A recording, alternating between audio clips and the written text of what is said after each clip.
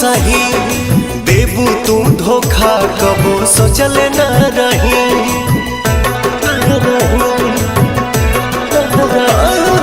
लोगवा के बतिया कई दिहल तू सही देबू तू धोखा कबो सोचल न रही। पके दूसरा के भोले भुला जाइबू हो, पके दूसरा के भोले भुला जाइबू हो।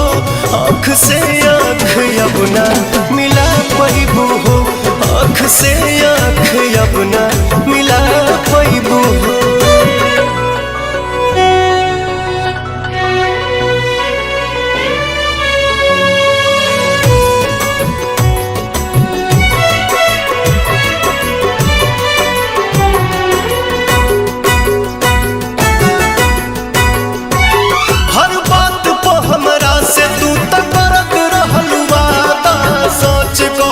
कम हमसे झूठ बोललू ज्यादा,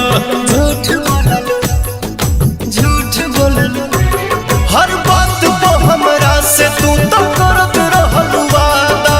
सच कहलू कम हमसे झूठ बोललू ज्यादा। चोट मरले बारू तू कब खा जाइबू हो, चोट मरले बारू तू कब खा जाइबू हो। आँख से आँख अपना मिला पैबू हो, आँख से आँख अपना मिला पैबू हो।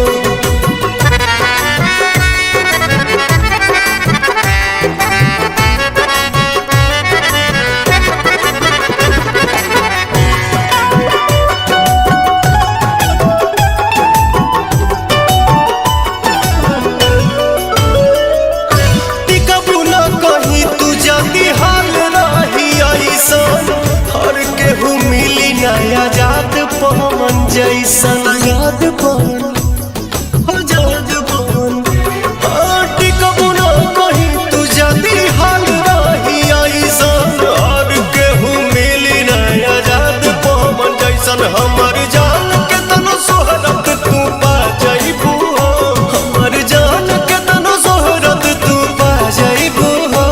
आँख से आँख अपना मिला पैबू हो, आँख से आँख अपना मिला पैबू हो।